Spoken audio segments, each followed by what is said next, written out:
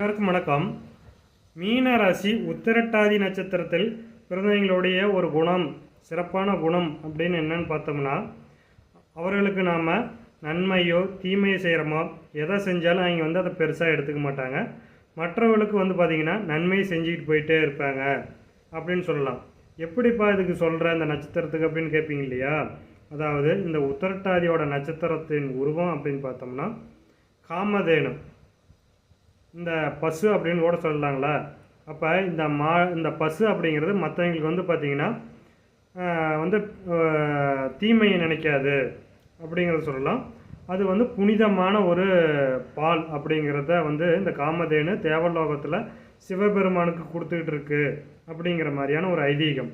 அப்படிங்கும்போது இவங்க ஒரு புனிதமான ஒரு நபராக இருப்பாங்க. மற்றவங்களுக்கு நல்ல கருத்துக்களோ நல்ல ஒரு விஷயத்தையோ தான் சொல்லுவாங்களோ ஒழிஞ்சு நீங்கள் மற்றவங்களுக்கு தீமையை நினைக்க மாட்டாங்க அப்படிங்கிறத நம்ம சொல்லலாம். நன்றி, வணக்கம்.